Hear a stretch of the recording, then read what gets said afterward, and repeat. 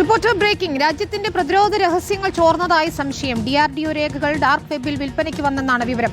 സുപ്രധാന രേഖകൾക്ക് $8,000 അജ്ഞാത സംഘം ആവശ്യപ്പെട്ടത്. 31 GB വരുന്ന രേഖകളിൽ മിസൈൽ രൂപരേഖയുമുണ്ട്. സ്വകാര്യ സൈബർ സുരക്ഷാ വിദഗ്ധരാണ് രേഖകൾ കണ്ടെത്തിയത്.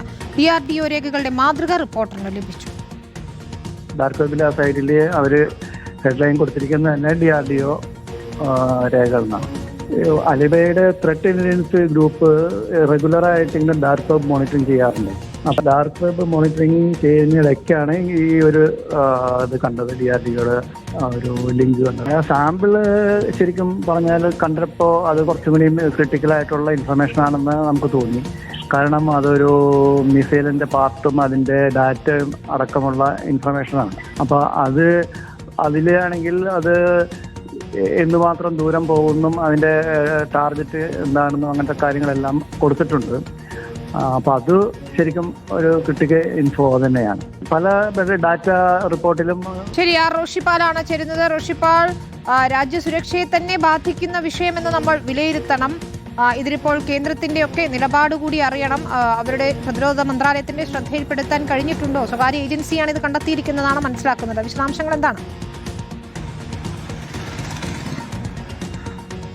വിനീത, 10 ദിവസം മുമ്പാണ് ഡാർക്ക് വെബിൽ DRDOയുടെ രേഖകൾ എന്ന രീതിയിൽ ഒരു പരസ്യം വരുന്നത്. അതിൽ പറയുന്നത് $8,000 നൽകി കഴിഞ്ഞാൽ ഈ രേഖകൾ ഏതാണ്ട് 31ഓളം GB ഉള്ള രേഖകളാണ്. ആ രേഖകൾ നൽകുമെന്നാണ് വാഗ്ദാനം.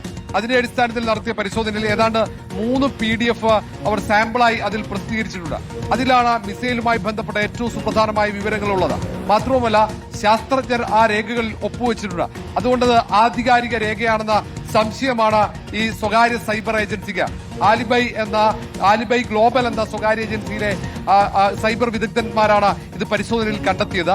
അതിന്റെ അടിസ്ഥാനത്തിൽ DRDOയുമായി ബന്ധപ്പെടാൻ അവർ ശ്രമിച്ചെങ്കിലും അവർക്ക് ഇതുവരെ ആ വിവരങ്ങൾ DRDOയ്ക്ക് പങ്കുവെക്കാൻ സാധിച്ചില്ല. പക്ഷേ എന്തായാലും ഗൗരവമുള്ള വിശദാംശങ്ങളാണ് ഈ ഡാർക്ക് വെബിൽ ഇപ്പോൾ അവർ പരസ്യപ്പെടുത്തിയത് എന്ന നിഗമനത്തിൽ തന്നെയാണ് അവർ മുന്നോട്ട് പോകുന്നത്. ഈ ആലിബൈ ഗ്ലോബൽ എന്ന കമ്പനി അത് വിരമിച്ച ഫോറൻസിക് വിദഗ്ധന്മാർ ഉൾപ്പെടെ സർക്കാർ ജോലി ചെയ്ത ഫോറൻസിക് വിദഗ്ധന്മാർ ഉൾപ്പെടുന്ന ഒരു സ്ഥാപനമാണ്. അതുകൊണ്ടാണ് അവർ അതീവ ഗൗരവത്തോടെ തന്നെ അത് പരിശോധിച്ചത്. അതിന്റെ വിശദാംശങ്ങൾ അവർ സർക്കാർ രഹസ്യാന്വേഷണ വിഭാഗങ്ങൾക്കടക്കം കൈമാറാൻ അവർ തയ്യാറെടുത്ത് നിൽക്കുന്നുണ്ട്. കാരണം ഇത്രയും $8,000 നൽകിയാൽ മിസൈലിന്റെ വിശദാംശങ്ങൾ പോലും അവർ പങ്കുവെക്കുമെന്നാണ് പറയുന്നത്. അതിന്റെ സാമ്പിളിൽ തന്നെ മിസൈലിന്റെ വിശദാംശങ്ങളുണ്ട്. കുറച്ച് വിശദാംശങ്ങൾ അവർ പ്രസിദ്ധീകരിച്ചിട്ടുമുണ്ട്. ഈ 3 PDFകൾ മാത്രമാണ് ഇപ്പോൾ പ്രസിദ്ധീകരിച്ചെങ്കിൽ ഇനിയും 30-ലേറെ GB ഡാറ്റ ഉണ്ടെന്നാണ് അവർ വാഗ്ദാനം ചെയ്യുന്നത്. ശരി, റോഷിപ്പാൽ വിശദാംശങ്ങൾ നൽകുകയായിരുന്നു.